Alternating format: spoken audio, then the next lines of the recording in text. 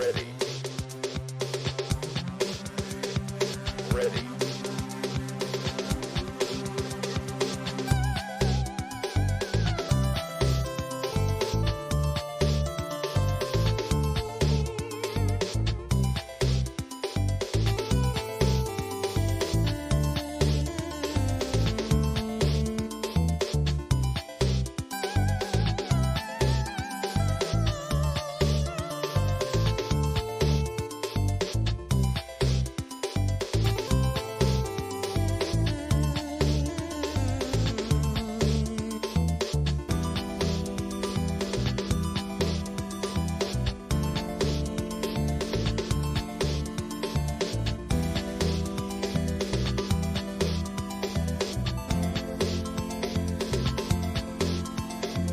Ready.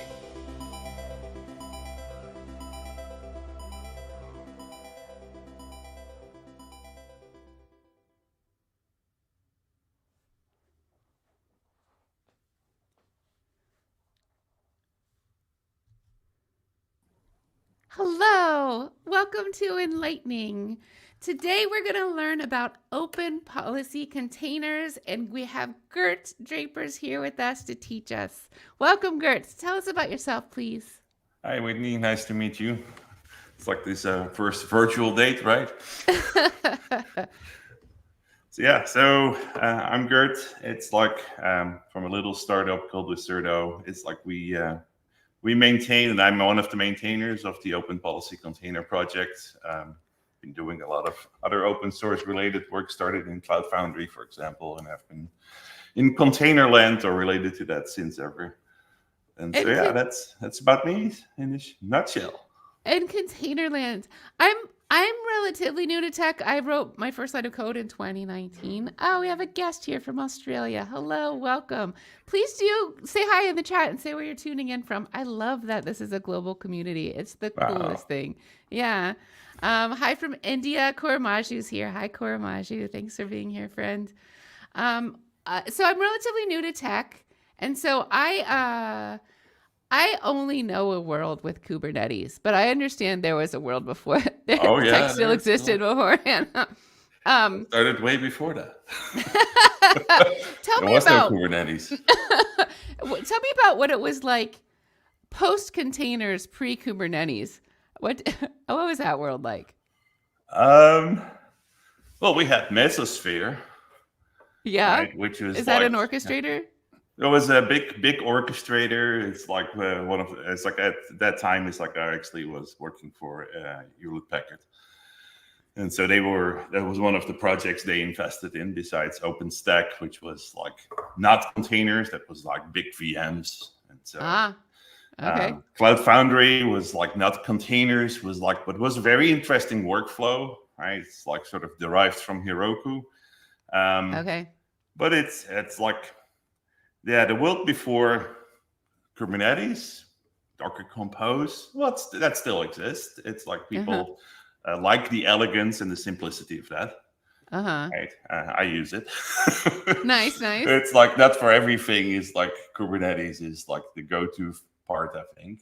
And it's like with all the hosted container solutions, I think there's also is like, of course, a substrate. Now, they themselves might be running in Kubernetes, but it's like the end user is like who uses container instances in whatever form is like the very small one. It's like the Firecrackers and the Fargates of the world. They might be very different, but yeah. Yeah. It's been really interesting to watch the landscape change. I think when I first started in tech, everyone kept saying shift left, shift left, shift left. And I have no idea what they were talking about. I didn't understand enough about where people were. And then like just the terminology of shift left didn't make any sense to me. But it's it's a right shift. Yeah, and now I took some time, got to understand what everyone means by shift left, and now it's like, okay, let's make the developer experience easier. Like it's almost like let's give the developer more responsibility for their stuff, and then now it's like Now let's take it back, but make sure like they still get to make the right decisions, but they don't have to deal with anything more than the stuff that's important to talk to. With Yeah, a I think particular in real application. life, I think the answer is in the middle. Isn't it It's always? like you can create this very well-tended garden for developers, but they will always find angles where it's like they need to have certain control. They Yeah. need something different. It's like this. I Mm-hmm. think I think Heroku was a good example that did this Mm-hmm. reasonably well and is still around in terms of a level of abstraction that allowed developers to be productive and efficient, and also make it accessible to a broader audience. Because I also think that that is an interesting angle. Kubernetes is like if you need to start there, it's like there is so many things that you have to understand and learn. It's true. That it's like it takes you a moment to actually get there. Now, when you're there, it's like, so we started our startup right in the pandemic. We were container first. We were Kubernetes first. We moved cloud providers, hosted environments, and it's like it only takes us a week to move from one to the other. Wow. And so it's like, because if you're a startup, you live on borrowed time and borrowed money, right? Yeah. You also is like get these nice credits from these cloud providers. So it's like you go to one, and then it's like I'm there, and then it's like you move to the next one, and so you results, which is it's useful because it's like we gained experience in all three major ones by now. But it's like it sort of demonstrates the fact that it's like it is reasonably transparent of where you want to run, which Kubernetes you run, because it's like they built some very good abstractions. Now, still, you can make decisions yourself that completely throw that out of the window and make it sort of moot, because it's like you're stuck to this because you're using this one cloud vendor or this one piece of technology that can't move. Yeah. So. Yeah. Those of y'all in chat, are you all using Kubernetes? Oh, we have a Dominican Republic. Hello. Or do you know, I loved hearing even just the story of you jumping cloud providers, because it really paints a picture of startup life. I've only ever worked at like the big corporations. Taniwa's here. Hello, Taniwa. So like this scrappy, it just paints a picture of being efficient. I really like it. So I'm going to start moving behind the light board. So open policy containers, I deliberately like to know pretty much nothing about any of the technologies that I cover on the show so that I ask good questions from behind the light board. But this is what I know about open policy containers. I know that it builds on open policy agents, and I'm 90% sure it works with SigStore. Is that true? Yep. Okay. And so those and it brings together the Open Container Initiative. Okay. Oh, the OCI. Okay, so I'm gonna move behind the light board. What I would like from you, Gert, right now, if you don't mind, is to give some. I've done episodes on SigStore. I've done an episode on Open Policy Agents. But for those of the people who are joining right now who might not know about those things, will you give a brief overview of those tools? And I challenge you, do not talk about open policy containers yet. That will be hard. Don't do it, because I have to move my sounds from here to there, and I might not hear everything you say. And I want to get all the good stuff on the board. So I have 2 minutes of freedom. That's what you said. You can talk so much trash about me. I will have no idea. I'm going to drop a link to open policy containers in the docs here, and I'm going to head over and tell us about Open Policy Agent and SigStore, please. All right, perfect. So for those who are not familiar with the Open Policy Agent, it's a decisioning engine that has been created by the Styrat team. And so it's a very generic decisioning engine at the end of the day. And so the policy language is very flexible. Therefore, also is like a little bit more complex, maybe to some people's opinion, but that's not the point. But it allows you to make decisions. So it's, for example, if you're a Kubernetes user and you're using So conf test, for example, is leveraging it. It's like there's admission controllers that can leverage the OPA standard just to determine, do you have access or not, which is a very generic decision, right? Is the door open or the door closed? If somebody asks me is like what business we're in and they don't know anything about authorization, because that's the line of work that we're in, is like I basically say is like I stand at a door and determine if it's open or not for you, right? That's what we're trying to do, and that's what OPA is trying to programmatically give you access to. Now you can use it in two forms. You can use it as a standalone service, or you can use it embedded. We started using it embedded as our decisioning engine to help us solve an application authorization problem, right? And some people do that on their own, right? They take OPA and start building around this to do the same thing. So what we try to do is like build an application authorization solution on top of that. That helps. That's really developer focused. That was our main angle. Are you talking about open policy containers? No, I'm talking about OPA. Okay. You said we. You said we, and I was afraid. No, it's like, well, it's like this is not just me doing things. It's like it's a concerted effort of the people. It's like the great team I have inside our little startup and the community at large around us that actually helps us build these kind of software. I love it. But it's like at the end of the day, it needs to be applicable to solve people's problems. Mm-hmm. Right, Absolutely. and so that's how we ultimately will get to open policy containers. Now, the Sigstore and cosign initiative is an initiative to actually provide a signature story to prove that container images are not tampered with. Right, and so again, it's like, as I said, it's like, so we're standing on this little project, right? The Open Policy Container Project stands on the shoulders of these other enormous projects inside CNCF, right? Mm-hmm. Open Policy, the policy agent is like Sigstore was their cosign initiative, and the Open Container Initiatives basically is like a format of distributing artifacts and the registries around this, and this is where it all started from. Beautiful. That was great. I'm here. I want to say hi to some folks in chat. We have Tim here. Hi, Tim. And we have Findle. Hi, Findle. Glad you're here, friend. All right.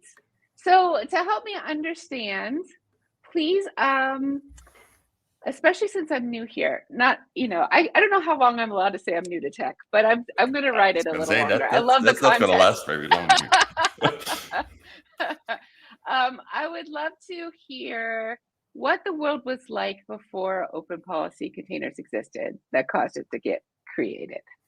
So what were the problems? Yeah. So it's the beginning of our journey, right? We started using the open policy agents, and the open policy agents promote something that is near and dear to my heart, which is policy as code. Right? Separate the policy definitions from the implementation, right? And don't embed that part of the code inside your application. For the reason, there are two main reasons for that. You want to be able to evolve your policy because your business rules as an organization, they will change constantly, right? Governments will change things, regulations change, your business problems, and you're growing as a company as well. So it's like you want to have something that's flexible. So making that external to your application was a key feature. So when you look at how OPA does policy as code, you write some rules, you package them up sort of as in a build process, right? It's called OPA build, and it will create a bundle. And that bundle is a tarball, right? And that tarball is then distributed to the places where it's like you run your application. So great. But we quickly figured out, it's like, how how do I reason about which version is this? How do I reason about, is this the right one? It's like, can I tell the engine to automatically update? Because we came out of the container world. So we're used to Semverse, right, tags, and it's like all these nice things that the Docker workflow gave us. So can you back up so I can stay caught up with you on the board? So open policy agents distributes policy, and the policy itself is a tarball? The policies are combined and grouped together. Right? Okay. So there are multiple policy files. You can have data files. You can have WASM files. You can have a manifest file. All these things are built. If you say OPA built, it creates a tarball called bundle.tar.gc, right? Literally, that's what it is. And so that's how it's like that works. No problems with it. But it's like the challenge that we saw was, as I said, it's like, I have policy as code, so I want to do CI. And I want to have my policy in a GitHub repo. I want to build it. I want to build it once. I want to distribute it. And then it's like, I want to consume it. Right? How do I tell OPA that I want to run version 1, 2, 3 and not latest? Or how can I tag it to version 1? And it's like I'm leveraging Semverse, right? Semantic versioning. If there's a new version that's being released, that it automatically will pick it up. So that's how this all got started. So the first thing was, we need a workflow to actually help developers build this.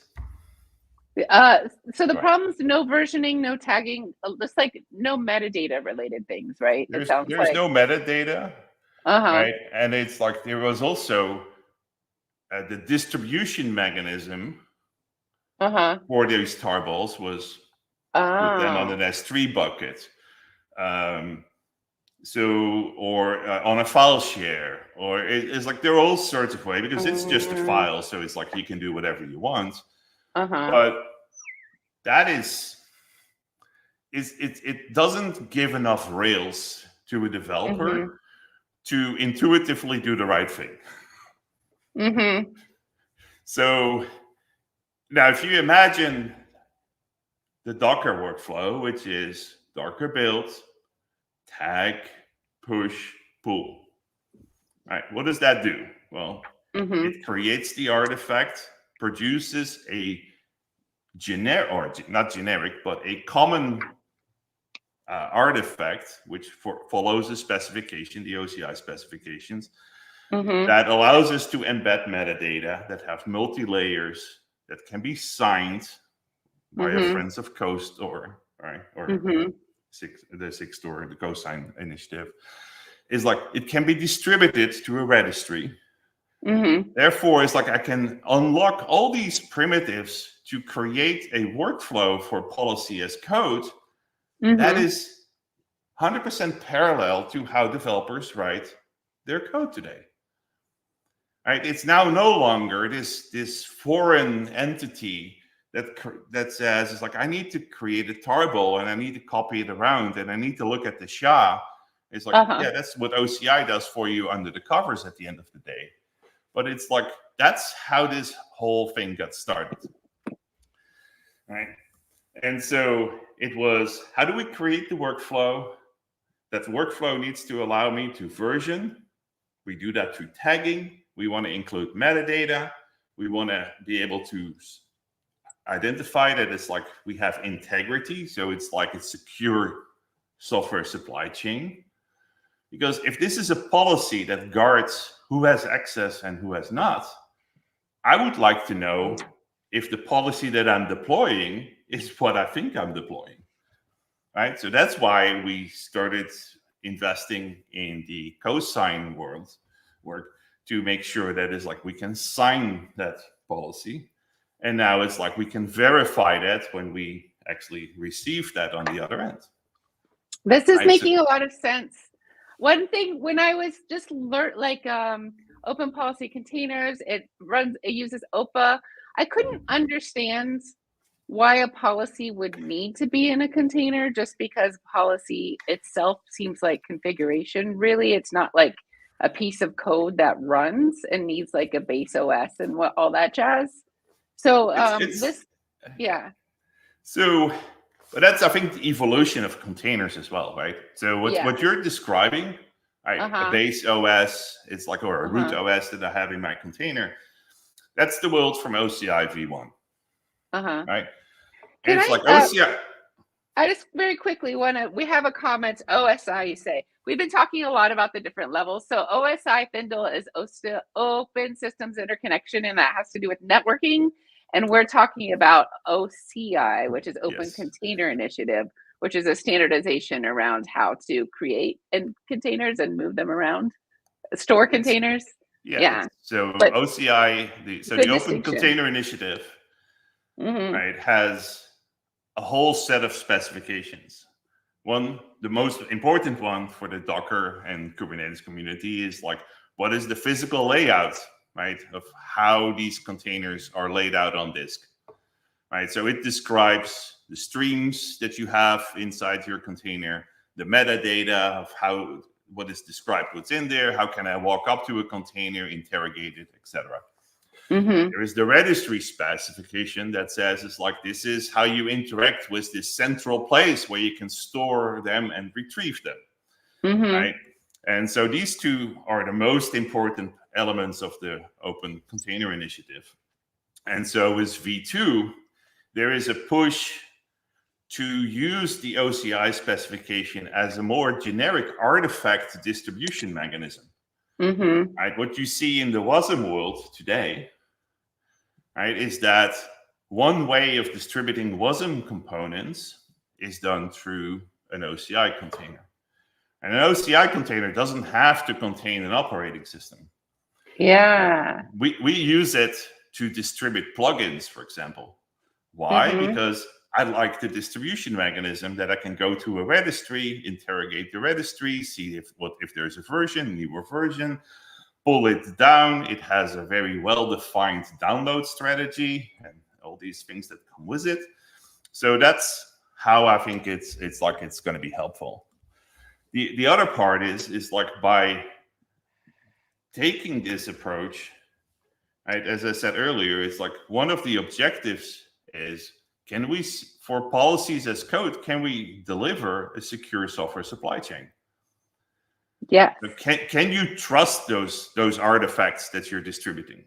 Yeah. Right. So we have some questions in the chat. If now's a good time for those. Does this apply to decentralized technology like blockchain, or is it a centralized implementation? It has no opinion about if it's centralized or decentralized. It builds on top of these building blocks. Now, it's like, in terms of blockchain has certain connotations for me. I think that those are not directly related, or maybe not even at all. I'm not sure how to answer that, to be honest. But it's what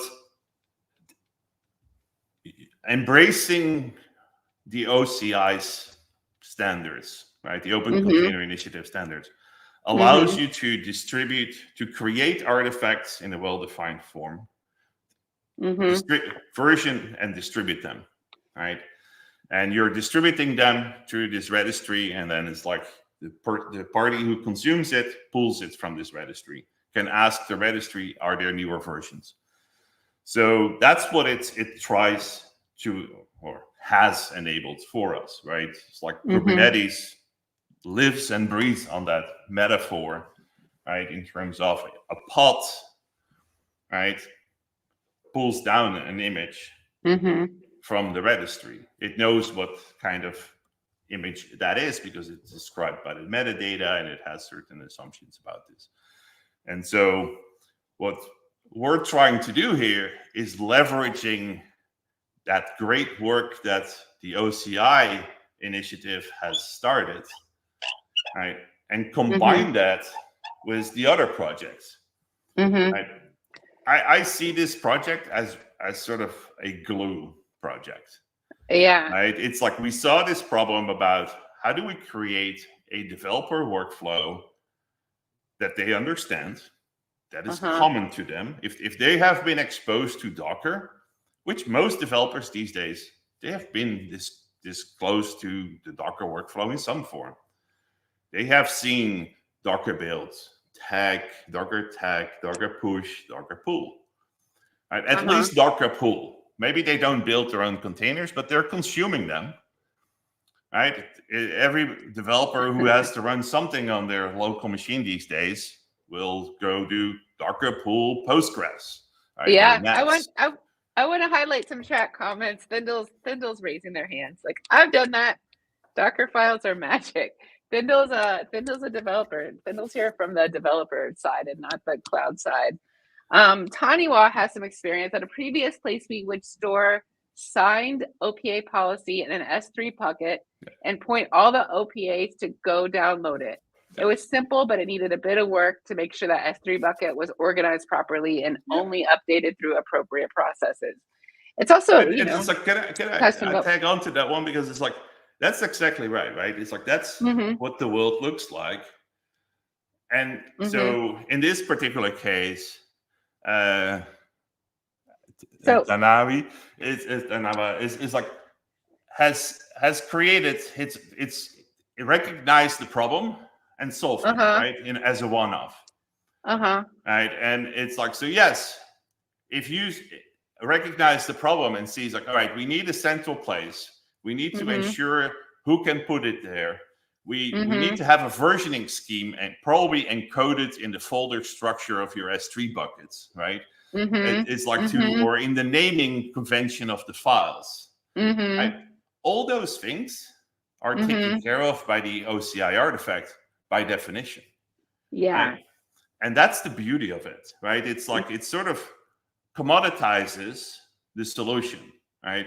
I'm not stating here that it's like anything is novel, right? We're just bringing these things together to come up with a solution to the problem of versioning and distribution and integrity that builds on top of these known quantities and by blatantly reusing them in the same fashion to solve the problem.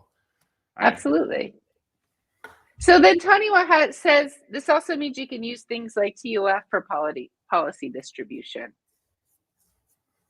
Why is the project open policy containers? Is there a container that's part of it? There is an image it's like, yes, it creates containers. Okay. Right? The container in the OCI v2 definition, right? We create policy or container images.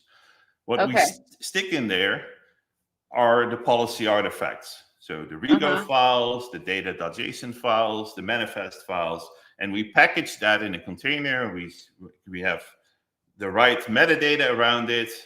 You can, and again, then it's like you can optionally say, it's like, I'm going to sign this, etc.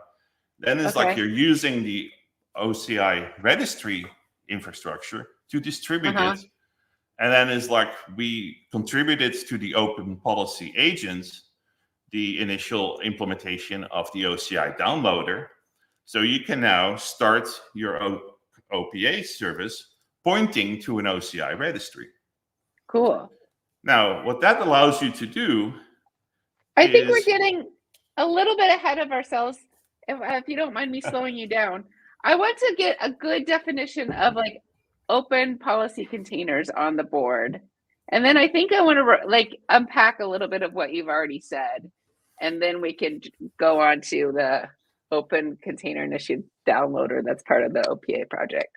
If so that's the cool. open policy container definition would be, it's like all the artifacts required for an open policy agent to function, or it's like it can function on a tarball on the bundle as we described, but it's like so it contains all the artifacts that you need, right? Stored in a standard mechanism. That's definition number one, right? So standardize the persistence format. right? Because that's what OCI is giving us. So all the OPA artifacts stored in a standard mechanism, right, called the OCI specification, V2 specification to be specific. All right, that gives us the ability to now use semantic versioning, use labeling, use metadata, right, to learn about these policies that are inside the container. And so you just created this wrapper around it, around the OPA artifacts, that allows me to reason over it in terms of what is it, when was it built, where was it built, who's building it.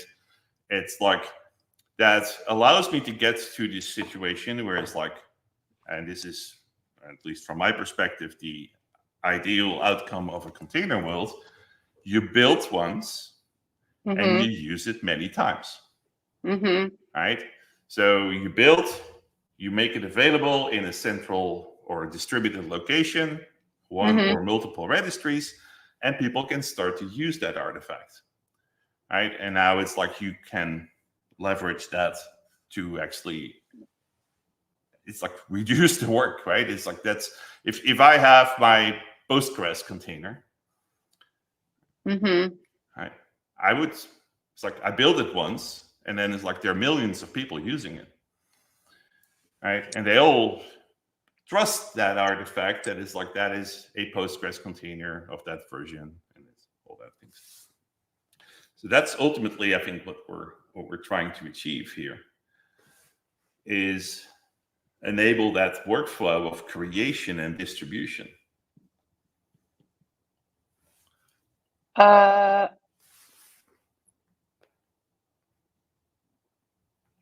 In a standardized, in a industry, I wanted, so here's what I have so far. Open policy containers are a collection of OPA policy related artifacts stored in a standard way, which is OCI v2, that allows the user to add metadata, to version, and to distribute OPA policy. I kind of want to say in a standardized way, but really I want to say, like, I want to say something about how ubiquitous OCI and like accessible, how accessible it is. Right. You know, it's like, so, because it doesn't make, right, by putting it inside an OCI artifact, there is no difference from a registry, therefore distribution point of view, between a Alpine container that has code in it and your application and your policy. Right? It makes it ubiquitous. Yeah. Right? And it's like, it also means you can leverage the same infrastructure. If you have Artifactory or a Docker registry or GHCR or ACR or ECR, it doesn't matter, right? They're all OCI container registries. Oh my God. And if they support, and most of them do these days, this v2 specification, right? You can put a lot more artifacts in there than just container with a base OS. Or a root OS, sorry. And so that makes it that it's like these registries become a pivotal or a very important element in any developer environment. Right?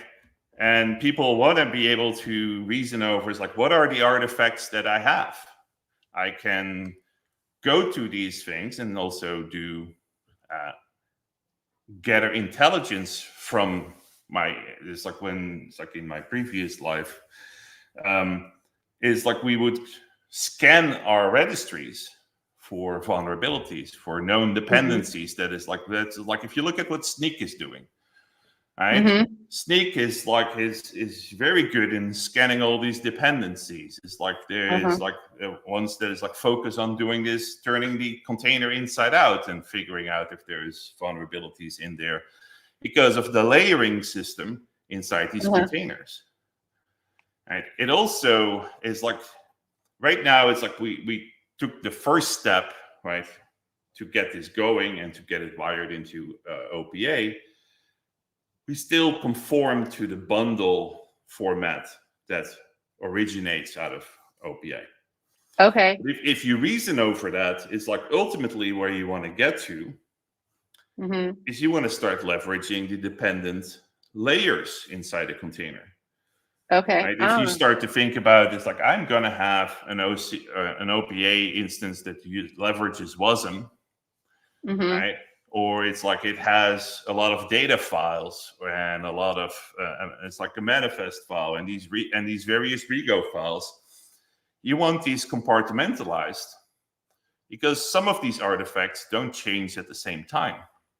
And what I mean with that is like, so for example, in an OPA world, it's very common to have some reference data that you want to look up in your data.json files or JSON files in general. Why do I have to recertify and re-sign my code, my Rego code, if I don't have to? Now, if it would be in a separate layer and that layer would be signed, I can update my reference data, which is much more common to update more frequently. Right? And those are capabilities that is like this unlocks once we start really going with this. I'd love to dig in. First, I want to say hi to Napalm Codes. Hi, Napalm Codes. So glad you're here. I want to talk about, I think maybe it would be worthwhile to say what's in a bundle. First of all, I want to validate this. I've come up with a definition as you were talking. Open policy containers are a collection of OPA policy-related artifacts stored in a standard way that allows inside an OCI image. Yes, OCI v2 stored as an OCI v2 image. Right? Okay, and that's by being an OCI image, right, a container image. You gain all these properties that you listed after that, right? An OCI image has an ability to describe metadata, right? The OCI image has a naming convention that says it's like this is the registry, this is the name, the image name, and this is the tag, right? And so that allows you to get the versioning aspect nailed down.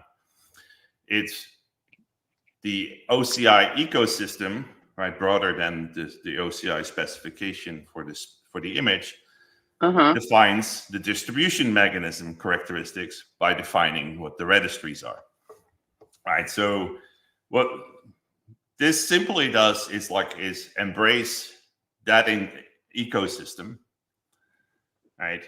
The OCI ecosystem to enable all these characteristics on top of the OC or the OPA policy as code workflow.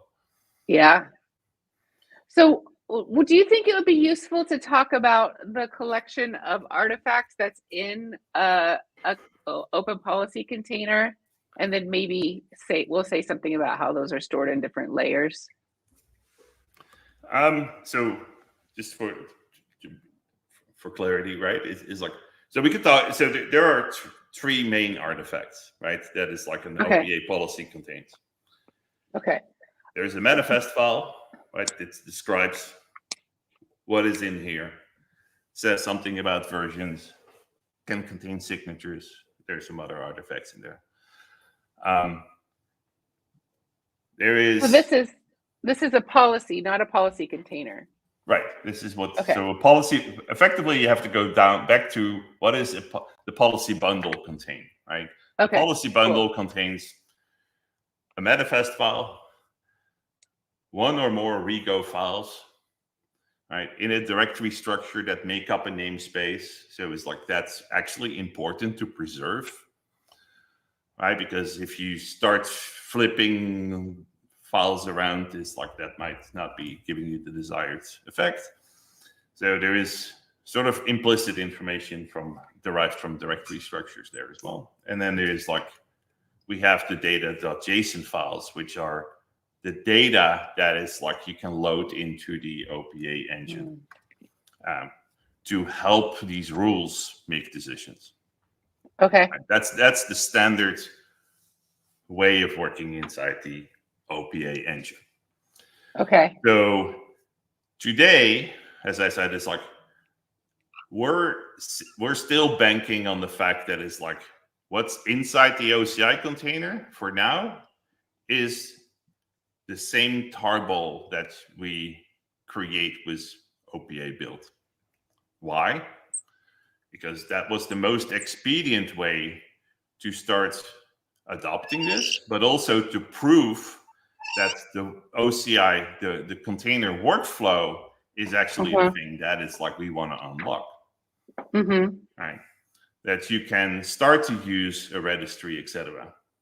And so right now, the current state of the universe, if we look at OPA 0.60, starting from OPA version 0.39, I think is when we first introduced the OCI downloader. And they're about to go GA. So that will be a huge event for the OPA community. That's a great milestone if we're going to pass that. All right. It's like that's the state of the universe today. Right? That's what we're doing. Now there has been like and that dates back 2 years ago, two folks in the community created a proposal of how we could actually do multi-layering in an OPA world. Okay. Now, they started from the let's make it an OCI image and layer it. That didn't gain any traction at the time. There was interest in it, but it's like it never got to an implementation. And so we took the approach is like, all right, let's ensure that it's like we can use the workflow first. And so we turned that problem around and said, it's like, all right, we're going to take the existing artifact and layer that into an OCI image so we can start banking on the top of the workflow. Yeah, makes sense. Because our customers wanted to use a CI environment. So we have created a bunch of GitHub actions that allow you to check in your rego code, your data.json files, your manifest, and it's like it will run CI, it will run tests, it will run linting. It's like it will go build the artifact, push it up to a registry, and now I can start to use that container, right? That policy image. And so now it's like we still want to go to the world where it's like we have multiple layers because there are benefits to that.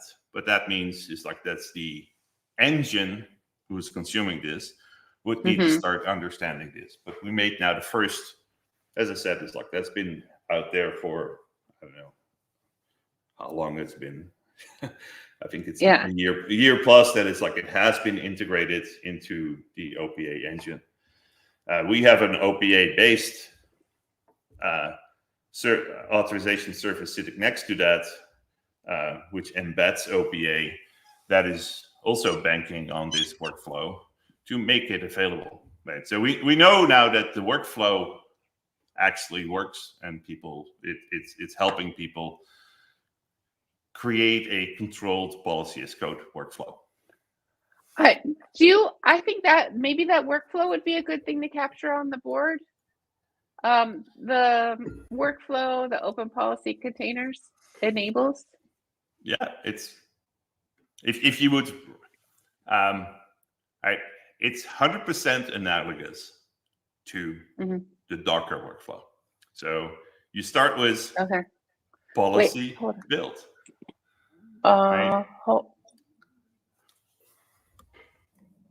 Does open policy containers have a short way to write it? Like an abbreviation? OPCR? That's gonna save me. OPCR. Okay. Because that's also is like OPCR.io is the web or the domain name that is like will get you to the initiative. That's the shorthand version that is like we coined when we started this. And so the CLI that comes with this is simply called policy. Right? It's a very non-descriptive name in that regards, but it's policy built. Right? Okay. It's exactly the same sort of argument structure as you would do Docker build. So you point it to where your source code is, and you give it a tag that says like this is how you're going to build this. policy your like the CLI name? Yeah, the Cool. the CLI is called policy. Nice. Okay, so policy build.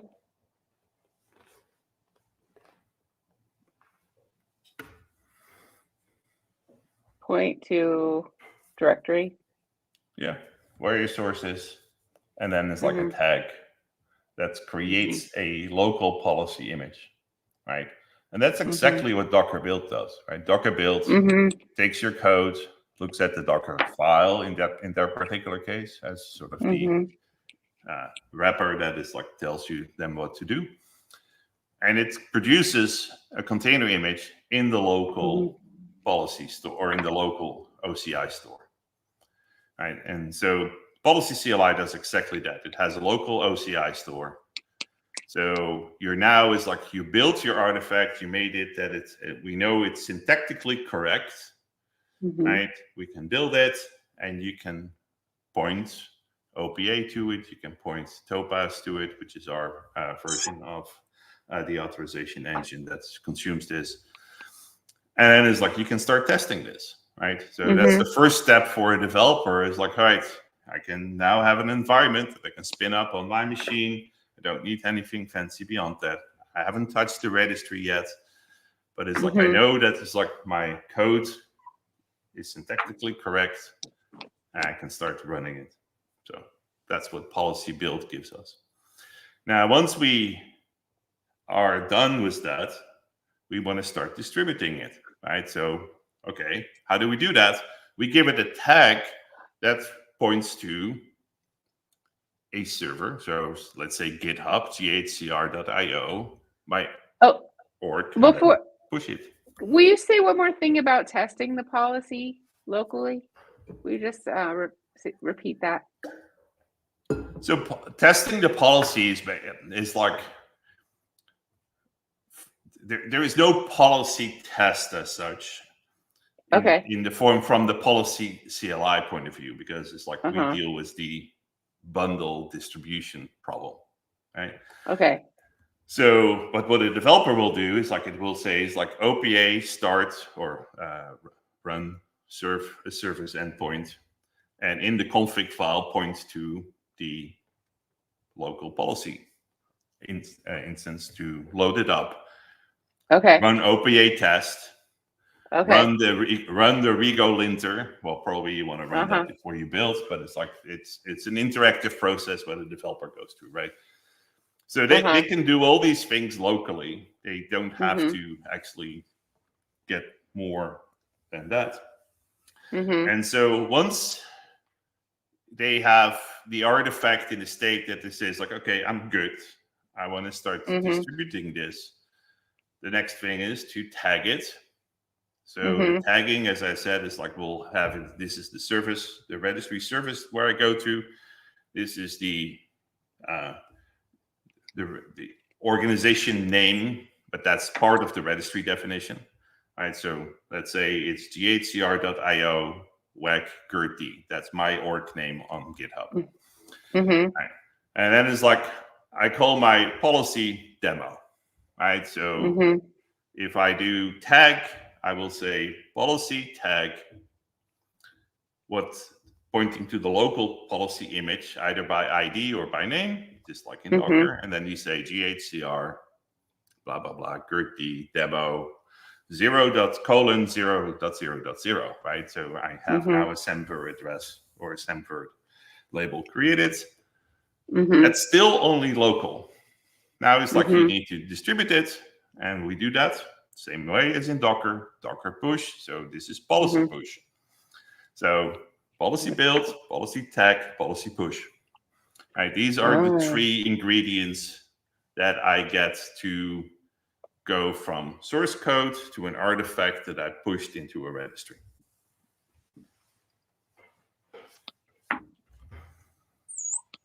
All right.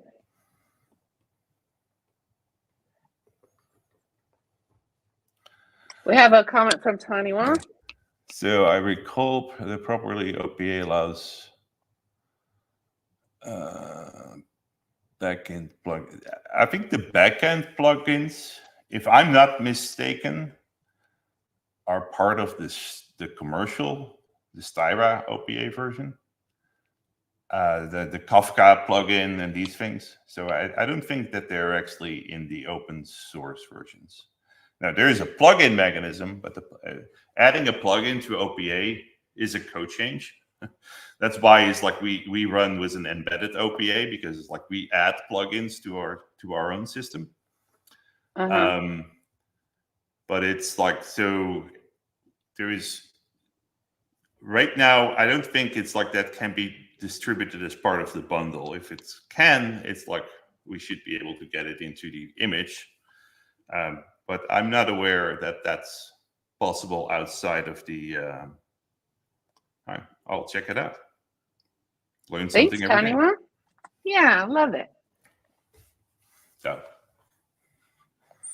So much to keep up with in the open source community that it's like, even it's like if it's your job, it's like you. Tell me about it. Excellent. All right, so now it's like in these 4 steps, we created a policy and we pushed it to a registry, right? Awesome. Now the counterpart of that is the consumption part, right? This is the publication part, right? So creation and publication, and the consumption part is very simple at the end of the day. It's policy pull, right? Just like you push Docker pull, you pull it from a registry image or from an image down, that brings it into your local OCI store. And now it's like the service that's using it, if that's Docker or in our case OPA, is able to use it, right? So to consume it, you either implicitly or explicitly perform a pull. I say implicitly or explicitly, it depends on how you want to think about this. Is like, so if you want to do it from the CLI, it's literally called policy pull, and it will show up in your local container store. If you would tell OPA by config, get it out of reference this artifact in this registry, it will download it when the service starts. And it will keep checking if they're updated versions. Now it's like, how does it do that? Because it's like, so if you give it a semver, it will basically get the SHA from the semver and make sure that it's like, even that if the semver is like, so say it's like you bounce to 2.0, right? The patch version is open. If there is a new patch, it will see that. So it's like OPA has a discovery or a timer mechanism by default between 60 and 120 seconds, where it will go check if that SHA has changed. If the SHA has changed, the downloader will kick in. It will bring it down into the engine, bind it, and start using the new version. That's the standard OPA mechanism for doing this. So to consume, that's not to us. To consume a policy, you could use policy pull to pull it locally, or we could point OPA to the policy in the registry. Yep. And the same is true for our open source version of the authorizer called Topaz that does the same thing. Right? Same, because we embed OPA into that project. It's like that's how we do that. Right? Cool. I put Taniwa's URL on the screen for those of y'all who aren't in Twitch with Taniwa. What important parts of this story do you feel like we still need to capture on the board?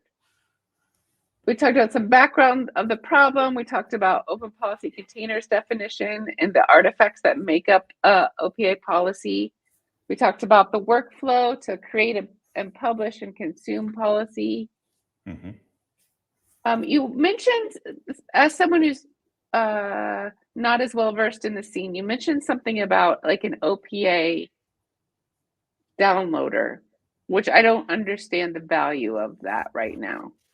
What is that? I don't know whether to put it on the board. First of all, No, it's an implementation detail of how OPA interacts with this right now, or is able to interact with it. As I said earlier, it's like, so we chose to go down the path where it's like we keep the internal artifact, the bundle definition, the same. So at the end of the day, OPA knows about the bundle. Right? That hasn't changed. Now it's like we wrap that bundle inside the OCI image to get all these properties that we discussed at length. Right? Love it. Right? And so the OCI downloader in OPA is the thing that knows that you pointed to an OCI location instead of a S3 bucket. Okay. Right? Because if it's an S3 bucket, it will simply say, it's like, oh, I expect to be pointed to a bundle, right? To a tarball. Okay. The OCI downloader knows that it's an OCI artifact, knows the semantics of how to interact with the registry. Okay. Download it based on the semantics of semantic versioning. Make the bundle available to OPA as it was a regular bundle. Love it. There is no magic there. It's like it's. I forgot Too what many right now. OPA is OPA, OPCR, like OCI is like this. This is the acronym soup version of the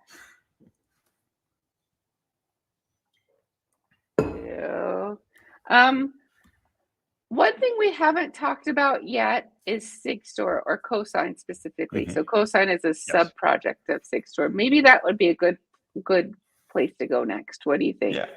Yeah, because it dovetails nicely on the workflow that you have next to it, right? So OPA today has their own signing of artifacts that they had for a long time. Okay. Now, one of the, if you think about it from a security angle, it's like this is a constantly evolving topic, right? It's like, and so it's a specialized field. So my approach in this is like, hey, if we can leverage these specialized projects that are just the only thing they do is focusing on this problem set. Yeah, I love that. In a way that it's not just specific to OPA, but generic to the OCI container environment. I would prefer that, right? So what's the Cosine initiative gives us is the ability to, when we produce the artifact, so after step 4 after step 1 effectively of your policy build, right?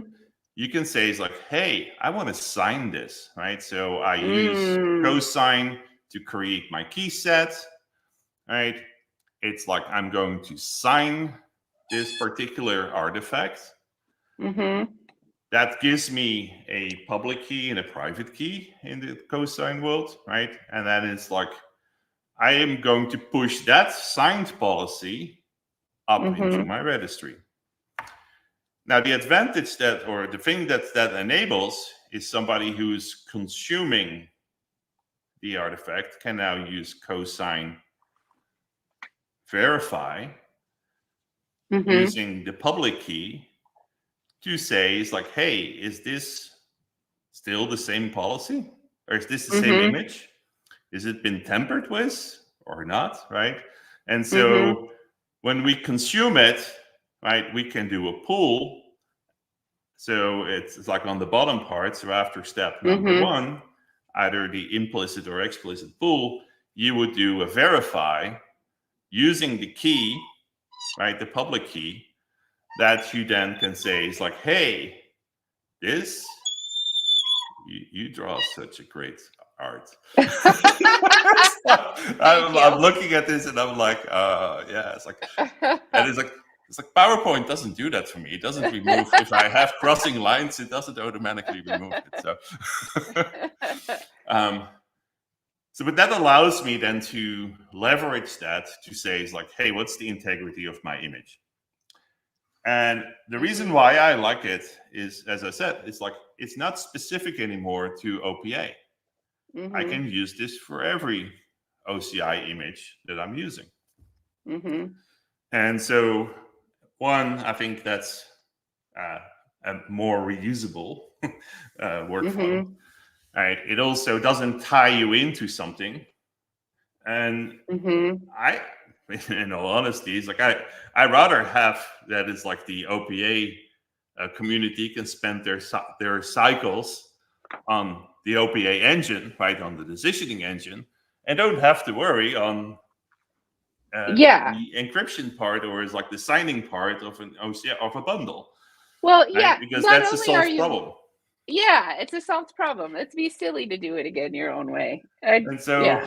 it sort of allows us to, as a project, now like this hasn't changed yet, but it's like that's ultimately I think it allows us to say, it's like, all right, this problem has been solved for us, right? It has Mm-hmm. been solved by working within this ecosystem, and Mm-hmm. that's personally is has been my objective of this whole project. Is as I said Mm-hmm. earlier, is like to glue these things together, right? Mm-hmm. OCI has a great definition of how to store things. The registry has a great way of distributing things. Docker Mm-hmm. unified a workflow that is pretty ubiquitous around the industry these days. Right? Mm-hmm. So let's build on top of that, combine that with an initiative like Cosign that is like is giving this capability to all container images. Mm-hmm. Right? And so at the end of the day, we have a better together story with a great workflow. So Absolutely. it's like all we're doing in this little sandbox project is tying these things together in a workflow that makes it hopefully easier to consume. Mm-hmm. Right? It was really motivated from the anybody who has to create a bundle to create a workflow that they can understand, that is easy to set up. It's like you can tie it into source code control, you can tie it into your CI/CD pipe, and it should just behave like your regular code. And that was ultimately the objective of this whole project. I got too excited and I wrote over where my face goes. I guess I'll just kind of squat now. I do that. Can you find the spot in this, like in the notes where we can still see you? Yeah. Yeah, maybe I'll rewrite this part. Cool. So I'm interested. It's like for the people on the chat. Is like, does this all make sense? Does it like? Can you see? Would it help you? Because I think that's ultimately why we're doing this. Is like we started this because we saw a need for ourselves, for the projects that we're doing, and so we're using it there. So we know that's getting used. But it's like, and so it's my last is like in Chicago at KubeCon. It's like I was on the Contributors Pavilion, also talking about this subject, and it's like met people who was like didn't know about it. Were intrigued about it, saw the use of it, but it's like I love to get feedback on the project, and it's like in terms of, hey, is this helpful? What are we missing? Right? Is like sort of the next thing in terms of how can we make it even better? Taniwa says that they can see it being useful. Not everyone can afford to build a team of people to maintain this kind of infra, and this makes it easier. I think, Taniwa, your description of what you used to do before with their S3 bucket, I'll bring it back up. I think that was really illuminating for me to help understand what problem is being solved. And I think he's not alone in that. Right? It's like I think it's it's a good summary, right? It's like if so here we have our one-line summary. Because Yeah, I can imagine that it's a lot of work to set up, that it's a lot of work to maintain, that like when someone new comes on the team to have to communicate how it all works. There's room for humans to fail. Like what, it's not Yeah. automated. Like I can see how a Well, solution like this would be great. yeah, and again, Um, that was the and it's the same what we do with other code, right? It's like how do we mhm, make our engineering teams scale and not be repetitive, right? It's like this mhm, is one of the things is like when I started when we started our startup is like automate, automate, automate, automate, right? Everything mhm. is like because we can't scale. It's like we started with 2 people. It's like soon we had 3. It's like right now we're at 12, I think. But it's like Oh, nice. we need to focus on how do we make the best use of all these things. Also, given all the interactions that we have with projects and community interactions, etc. And Mhm. so it's part of staying alive. Is that we have to automate uh, our repetitive parts and make Oh them yeah. repeatable and have those workflows tell us And if we don't make it. and version control too is beautiful. Mwah. So maybe that would be a good way to use this last little bit of space is to kind of summarize all the benefits of doing it this way. What do you think about that? Or is there something else you'd rather do here? No, I think we covered all the main things, right? Great. I think it's been great. Yeah. And so Um, yeah. it's like so if you start from the frame of is like right that we started off is like so policy as code, right? Uh-huh. That assumes right the as code part for a lot of people is sometimes the hardest because people in that deal with uh, decision engines or authorization systems, security systems that or OPAs deployed, they're not necessarily developers. So they're not living in GitHub and or Yeah. Jenkins or is like these kind of systems. So for Mm-hmm. them, it's like making policy as code sort of actionable. Right? Mm-hmm. You need to make it accessible. Hmm, I Right? like that. So Mm-hmm. that was sort of the first step is like when we started talking to prospects and people who wanted to use our project was like, how do I do this? I see a piece of code there, and it's like I understand what you're telling me that is like the as code part, right? Which says, Mm-hmm. all right, put it in source That's code great. control, version it, build it, automate it, test it. It's like all these Mm-hmm. things is like they understand the words, but they've never practiced it. Mm-hmm. So how do we do this in this policy world? And so that's what we were trying to achieve, right? It's like, so the policy CLI can bootstrap your source code project. It has a little templating engine that says like policy templates apply, create me new policy, right? Mm-hmm. So that gives you scaffolding for your OPA project. It spits out the config file, a rego file, etc. It has a template to add it to CI in GitHub or GitLab because most of the people we spoke with, they've never Mm-hmm. done that, right? And so just to help them getting started, it's like, all right, here's like 3 questions you need to answer for is like which GitHub repo is like which what is the key that we need to use so we can push. That's it. And then it's like, here, Mm-hmm. you check it in. Now we need Mm-hmm. to learn them about Git tag, right? Because Mm-hmm. that's also new to a lot of those folks. And so Interesting. they have a lot to learn, right? If Uh-huh. they say, like, I'm going to embrace policy as code. And Uh-huh. before you know it, it's like they wake up screaming because it's like, this is all these things I've never done before. It's like as a security professional or somebody who's wiring in authorization into the world. All right. So uh, it's because it's these roles are very hybrid, right? They're very Mhm. close to the business, to the organization, regulatory things, and then it's like they're in engineering, and so that's these people have to consume a lot of different things, and so Yeah. making it easier, that was like sort of the key thing, making policy as code accessible, right? By also leveraging existing metaphors. Because so if they talk to their engineering Uh-huh. counterparts, application developers that Mhm.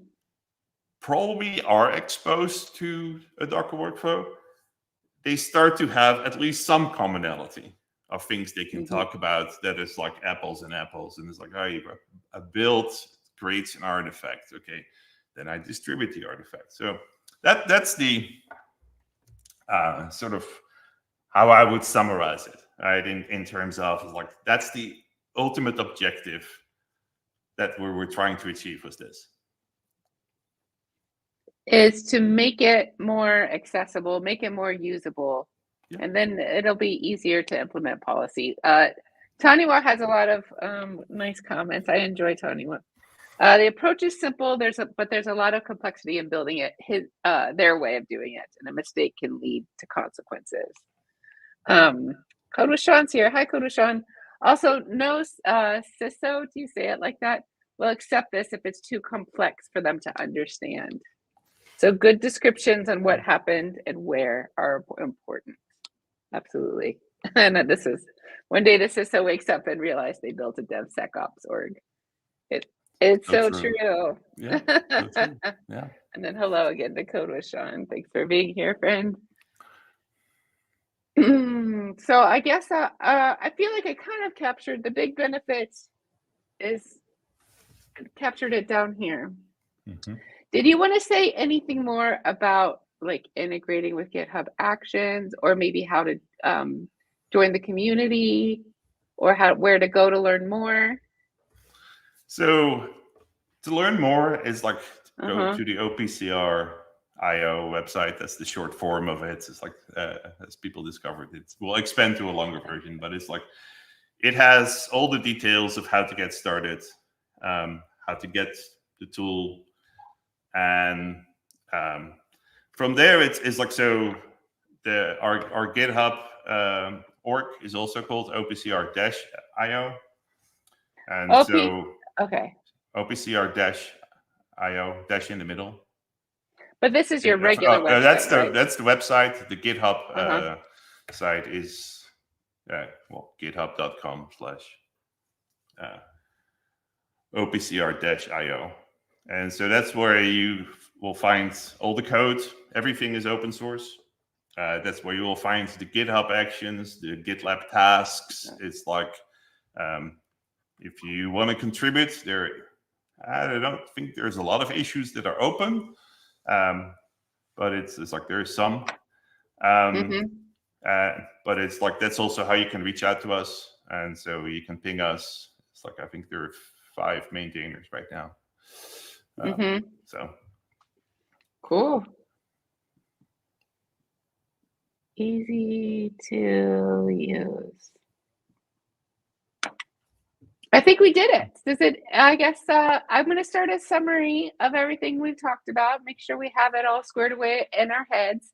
And then if anyone has any questions or comments or feedback, please do weigh in right now. Now's your chance. So here we go. Long time ago in a galaxy far, far away before open policy containers, a lot of folks are using open policy agents because it has policy as code, which is great. You can decouple a policy from apps. And OPI, unrelated, but OPA policies are grouped and distributed as a tarball, which we'll talk about more later. So this has some problems, this tarball. There's no versioning, there's no tagging, there's no metadata, and the distribution mechanism is not standardized. It's just a file. Taniwa actually in the stream described how they used to use S3 buckets to distribute their open policy agent files. So these problems of the tarball specifically can be solved by packaging and distributing policy with the OPI specification and containers. OCI. So the Open Container Initiative, OCI, it was first made for container images, but now can be used for other artifacts too. But it allows you to create, version, and distribute artifacts in a well-defined form. Yes. And so open policy containers, that's where they came in. The star of the show. Open policy containers are a collection of OPA policy related artifacts, which is called a bundle. Again, we'll talk about it in a minute. It's stored as an OCI v2 container image. And this allows the user to add metadata to the bundle, to version it, to distribute OPA policy in a way that leverages industry standards. And so it leverages industry standards in that it uses OCI, but it leverages industry standards for citing too. So spoiler alert. An OPA policy contains 3 main artifacts. This is the bundle. So it has a manifest file, it has 1 or more Rego files in a directory structure that it's important to maintain it in that structure. And then it has a data.json file, 1 or many of those, and that makes up the bundle. So then OPCR, which is Open Policy Containers, uses OPI to distribute and package and add metadata and sign this bundle. So it's super easy to use as a workflow to integrate into your CI/CD systems. You actually use it just like you could integrate it with commands that are very similar to the whole Docker process. So we talked about a workflow to create and publish. To create and publish these policies. And so we could use, there's a CLI tool called Policy, and that's part of Open Policy Containers. And that's, so you would run the policy build commands, and just like Docker, you point it at a directory, you add a tag, and that will create a local policy image. And then you could use that image, you could validate and test the policy locally if you want to. And then when you're ready to push that to a registry, just like Docker, you tag the image with the registry. You use the command policy tag with the address of the registry.